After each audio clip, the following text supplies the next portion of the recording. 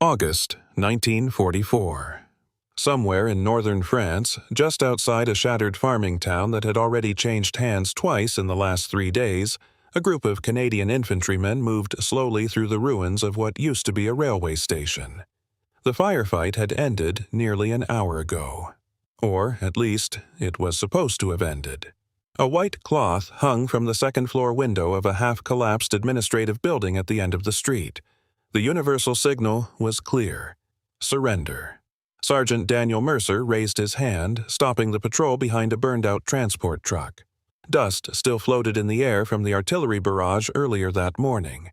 No shots had been fired since. "Major's inside," a captured German private had told them just minutes before. "He says he will surrender, but only to an officer of equal rank." Mercer frowned. That wasn't unusual. Sometimes enemy commanders demanded formal surrender to preserve what they believed was their honor. It was pointless by this stage of the war, but it happened. Still, something felt off. No one came out. No weapons were thrown down. No doors opened, and the white cloth in the window never moved, even though the wind had picked up. Private Collins shifted beside him. "Sir, that thing hasn't moved in 10 minutes. Mercer looked again. He was right. It wasn't waving like fabric should.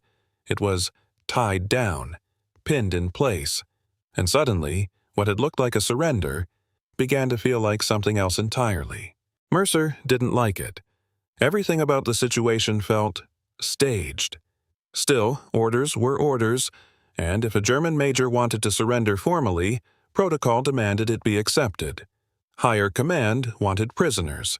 Intelligence wanted documents. And, most importantly, nobody wanted another firefight in a town that was already barely standing. "All right," Mercer muttered. "Collins, you're with me. The rest of you cover the exits." The front door of the building creaked open with almost no resistance. Inside, it was quiet. Too quiet. Not the usual kind of silence that followed combat, where distant gunfire echoed miles away or rubble shifted somewhere in the dark. This silence felt controlled, deliberate, like someone had made sure nothing moved unless they wanted it to. Their boots crunched against shattered glass as they stepped into what used to be the town's administrative office. Papers littered the floor. A smashed typewriter lay upside down near the far wall, and there he was, standing alone. A German major, still wearing his officer's coat despite the August heat, cap tucked neatly beneath his arm. His face was streaked with dust and something darker that had dried along his jawline. He didn't reach for a weapon, didn't move, didn't even blink when the Canadians entered. Instead, he spoke in clear, measured English. "I will surrender," he said calmly, "but only under one condition." Mercer exchanged a glance with Collins. "What condition?" Mercer asked. The major gestured, not toward himself, but toward the hallway behind him. "You must come alone." And that's when Mercer noticed it. The major wasn't standing in the center of the room. He was blocking something. Mercer didn't like it. Everything about the situation felt staged. Still, orders were orders, and if a German major wanted to surrender formally, protocol demanded it be accepted. Higher command wanted prisoners. Intelligence wanted documents. And, most importantly, nobody wanted another firefight in a town that was already barely standing. "All right," Mercer muttered. "Collins, you're with me. The rest of you cover the exits." The front door of the building creaked open with almost no resistance. Inside, it was quiet. Too quiet. Not the usual kind of silence that followed combat, where distant gunfire echoed miles away or rubble shifted somewhere in the dark. This silence felt controlled, deliberate, like someone had made sure nothing moved unless they wanted it to. Their boots crunched against shattered glass as they stepped into what used to be the town's administrative office. Papers littered the floor. A smashed typewriter lay upside down near the far wall, and there he was, standing alone. A German major, still wearing his officer's coat despite the August heat, cap tucked neatly beneath his arm. His face was streaked with dust and something darker that had dried along his jawline. He didn't reach for a weapon, didn't move, didn't even blink when the Canadians entered.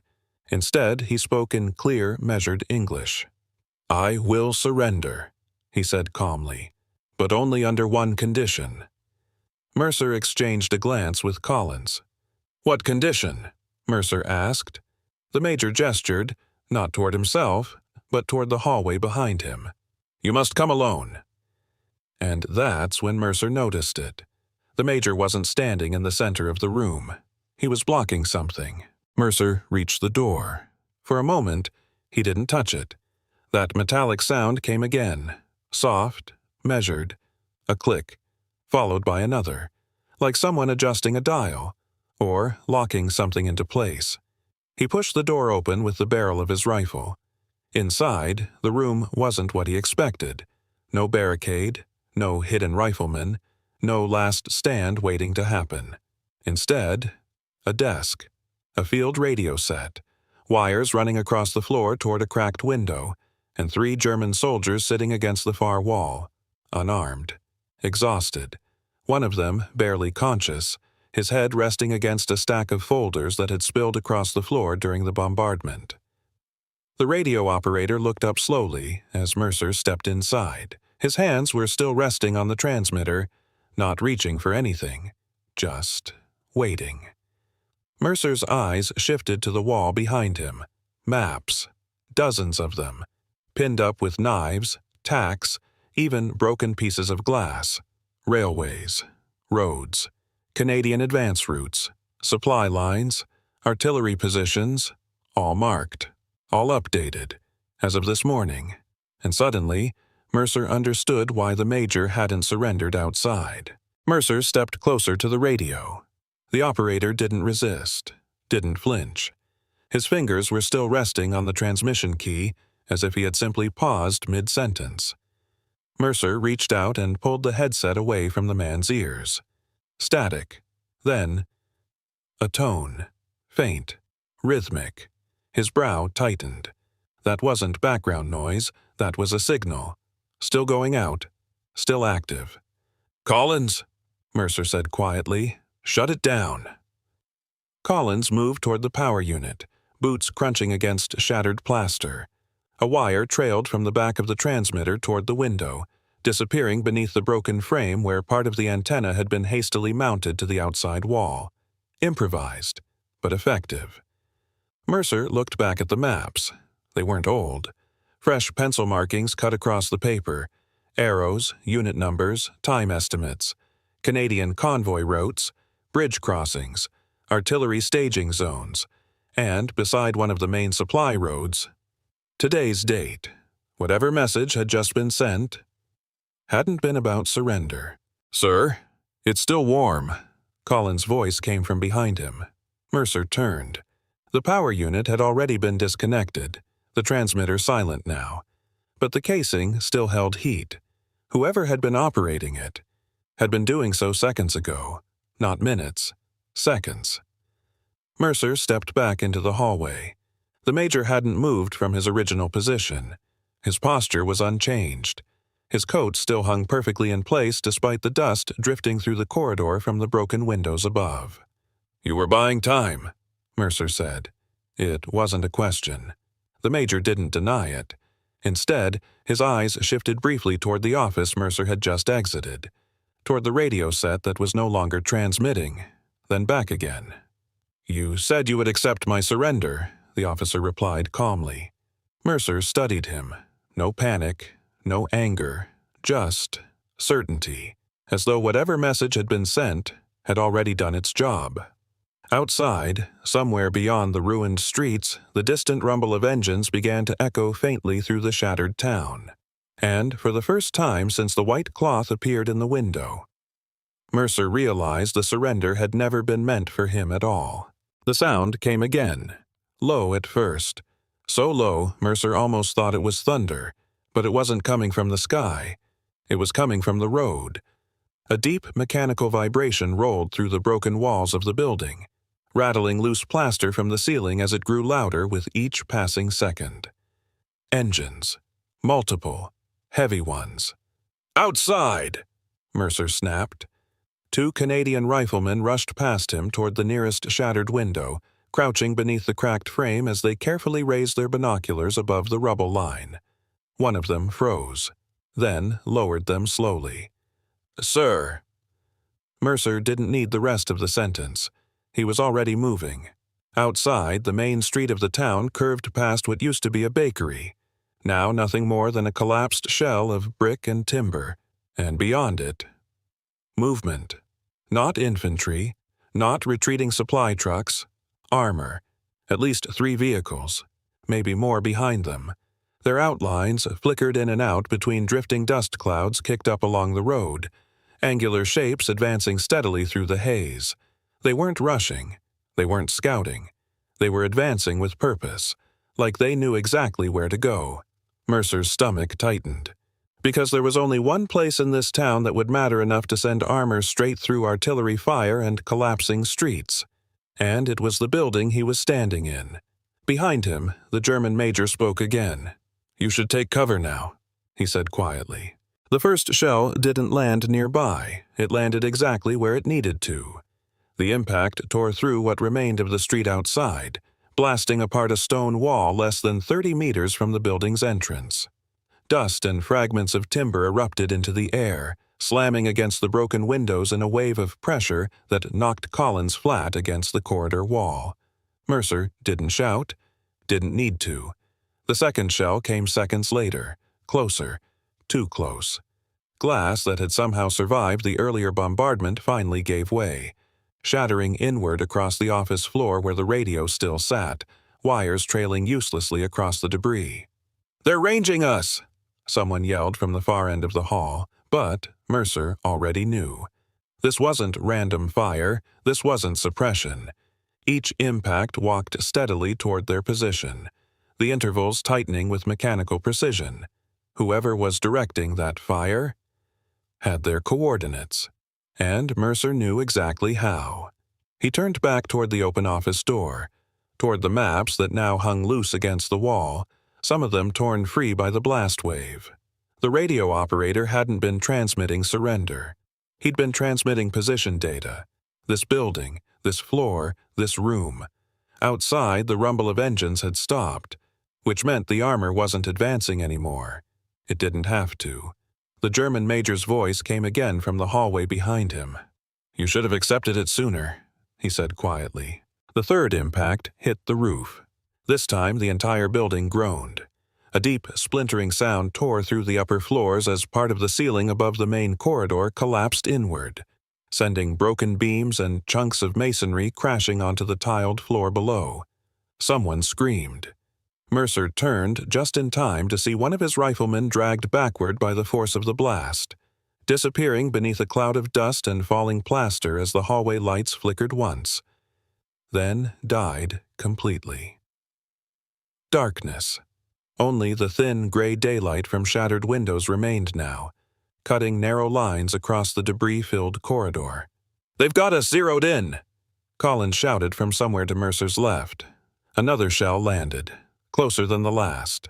The outer wall at the far end of the office buckled inward, stone cracking like dry wood as part of the window frame collapsed entirely, sending a cascade of rubble across the floor beside the radio set. Mercer grabbed the nearest man and pulled him behind an overturned desk. The maps were gone now, torn from the wall by the pressure wave. Whatever positions had been marked on them had already been sent. Outside, the armor still hadn't moved, because it didn't need to close the distance anymore. The artillery was doing exactly what it had been called in to do. Erase the building, and everyone inside it. Mercer lunged forward. The next shell struck somewhere behind the building, but the shockwave tore through the interior like a physical force, slamming open what remained of the office doors and sending a cascade of dust into the corridor. The major stumbled this time, just once. Mercer grabbed him by the front of his coat and pulled him back against the cracked wall beside the stairwell. "You called it in," Mercer said. Again, not a question. The German officer's cap fell from beneath his arm as another impact landed somewhere along the street outside. The entire structure shifted on its foundation, loose tiles rattling across the floor between them. "You delayed," Mercer continued. "You made sure we entered the building before you surrendered." Still, no denial. The Major simply looked past him, toward the shattered window at the far end of the corridor where drifting dust now blocked what little remained of the outside view. "The transmission was acknowledged," he said quietly. Another shell screamed overhead. This one didn't hit, but it was close enough that Mercer felt the pressure in his chest. "They know exactly where you are now," the Major added. Behind them, someone shouted that the stairwell had partially collapsed. Another voice yelled for medical support. The building wasn't just under fire anymore. It was failing, and whatever artillery battery had received that signal wasn't stopping. Another shell struck the far side of the building. This time, the floor beneath them shifted. Not cracked. Shifted, like the entire structure had settled a few centimeters into the earth beneath it. Mercer released the Major and turned toward the stairwell just as one of the upper landings gave way, collapsing into a cascade of timber and broken stone that blocked the main descent route entirely. "No way down!" someone shouted from below. Dust filled the air so thick it became difficult to see more than a few meters ahead. Another impact landed, closer than anything before it. The corridor lights, already flickering, died completely. Only the dim, gray daylight from outside remained, and even that was fading beneath drifting smoke. "We need another exit," Collins yelled. Mercer scanned the hallway. Office doors, storage rooms, archives, all useless. Until, at the far end of the corridor, barely visible through the haze, a reinforced maintenance door hung partially open beneath a cracked sign written in French. "Sous-sol. Basement." He moved immediately. 2 riflemen followed, dragging one of the wounded between them as debris continued to fall from the ceiling above. Behind them, the German Major remained where Mercer had left him, standing in the failing corridor as though the bombardment didn't concern him anymore, as though he already knew what came next. Mercer reached the door, pulled it open, and was hit with a blast of cold air from the darkness below. The stairs held. Barely. Mercer descended first, boots striking concrete steps that had already begun to crack beneath the pressure of the bombardment above. Dust filtered down from the ceiling with each distant impact, drifting through the beam of his flashlight like ash. Behind him, the others followed, one by one. The wounded man groaned as he was lowered onto the landing below, his uniform already coated in a thin layer of plaster that continued to fall from the stairwell above. The basement was colder than Mercer expected, and darker. Rows of storage shelves lined the walls, most of them overturned during the earlier shelling. Filing cabinets had burst open across the floor, their contents scattered between broken pipes that ran along the ceiling like exposed ribs. Another shell struck above. Closer. The concrete overhead trembled, sending a crack racing along one of the support beams near the far wall. "We're not safe down here," Collins muttered. Mercer didn't answer, because he was looking at the tunnel. At the rear of the storage room, beyond a collapsed shelf unit, a narrow service passage led deeper beneath the building, disappearing into shadow where the original town archives had once been kept during air raids. An emergency exit, or a trap. Behind them, the stairwell groaned again, louder this time. Whatever was left of the upper floors was starting to give way. The tunnel was narrower than Mercer expected. Concrete walls closed in on both sides, stained dark by years of moisture that had seeped through from the ground above. Old electrical conduits ran along the ceiling, some of them hanging loose where earlier bombardments had shaken them free from their mounts. Another impact struck overhead, this one closer than anything before it. Dust poured from the ceiling in a steady stream now, coating the floor in a fine gray powder that clung to their boots as they moved deeper into the passage. Behind them, the stairwell collapsed. The sound rolled through the tunnel like thunder, followed by the unmistakable crash of timber and stone giving way as the upper floors of the building finally began to fall inward. "No going back," Collins said quietly. Mercer didn't reply, because he had already seen the door. At the far end of the passage, beyond a bend in the concrete wall, A reinforced metal exit stood partially ajar beneath a cracked emergency sign. Daylight. Faint, but real. He moved faster now. 2 riflemen followed with the wounded man between them as another distant shell struck somewhere beyond the town square above. Then, a sound. Not from above, from ahead. Metal. Soft. Measured. Like someone adjusting something into position, on the other side of the exit. Mercer slowed. Because suddenly, escape didn't feel guaranteed anymore. Mercer reached the door, and this time, he stopped. The metallic sound came again, closer now, from the other side. Not artillery, not collapsing stone. Movement. Slow. Controlled. He raised his hand, signaling the others to hold position as he stepped forward alone, rifle angled toward the narrow opening where daylight filtered through drifting dust. Another impact struck somewhere behind the town, but it felt distant now, muted beneath the concrete. He pushed the door open, just enough to see through.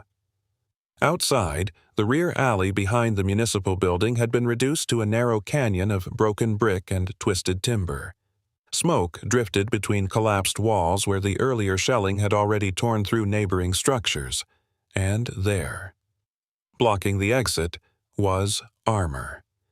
Not the advancing column from earlier, a single vehicle, positioned, waiting, its barrel angled directly toward the basement entrance, like it had been guided there, like it knew exactly where this tunnel would emerge.